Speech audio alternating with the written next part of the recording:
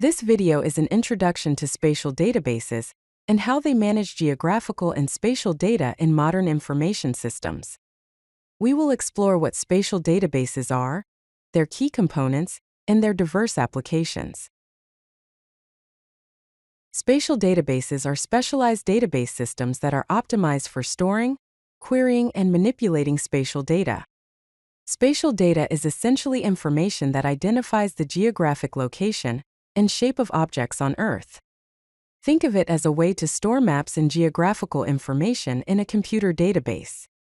These databases go beyond traditional ones by understanding shapes, locations, and spatial relationships.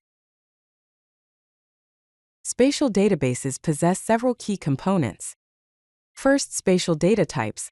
These are specialized data types for representing geometric objects like points, lines, polygons, and more complex structures. Second, spatial indexing, which employs specialized indexing methods such as R trees and quad trees. These methods optimize spatial queries by organizing data based on location. Third, spatial query language, which includes extensions to SQL or structured query language that support spatial operations like distance calculations, intersections, and containment tests.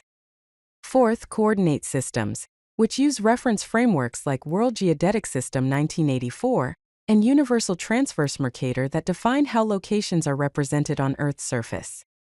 Fifth, spatial functions, which are built-in operations for calculating areas, distances, buffers, and performing geometric transformations. And finally, visualization tools, which integrate capabilities for rendering spatial data as maps, charts, and interactive visualizations. Let's delve deeper into the spatial data types, which are fundamental to spatial databases. First, point, which represents a single location in coordinate space. It's defined by its coordinates, such as latitude and longitude. Second, line string, which represents a sequence of points connected by straight line segments. It defines a path or route. Third, polygon, which represents a two-dimensional shape with a boundary and interior, defined by a closed sequence of points. It's used to represent areas like buildings, lakes, or countries. And fourth, complex types, which represent collections of geometries including multi-point, multi-line string, multi-polygon, and geometry collection. They allow you to group related spatial features. Spatial query operations allow users to perform powerful analysis on spatial data.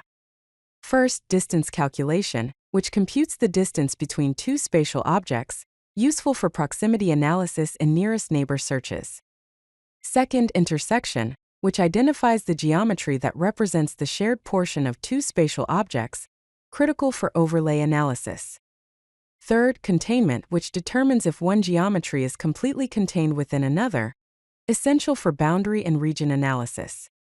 And fourth, buffer, which creates a polygon representing all points within a specified distance of the input geometry, useful for proximity analysis. Coordinate reference systems are essential for accurately representing spatial data. First, geographic coordinate systems, which use latitude and longitude to define locations on Earth's surface. Coordinates are angular measurements representing positions on a spheroid or ellipsoid model of Earth. And second, projected coordinate systems, which transforms Earth's spherical surface onto a flat plane using mathematical projections. Coordinates are typically in meters or feet, making them suitable for accurate distance and area calculations. Spatial databases find applications in diverse fields. First, navigation systems, which powers global positioning system navigation, route planning, and real-time traffic analysis by storing road networks, points of interest, and traffic data. Second, geographic information systems and mapping, which rely on spatial databases to store, analyze, and visualize geographic data for urban planning, resource management, and cartography. Third, location-based services, which enables applications to deliver personalized services based on user location, such as nearby restaurant recommendations, ride-sharing, and location-based marketing. Fourth, real estate and property, which manages property boundaries, zoning information, and neighborhood analytics to support property valuation, market analysis and development planning.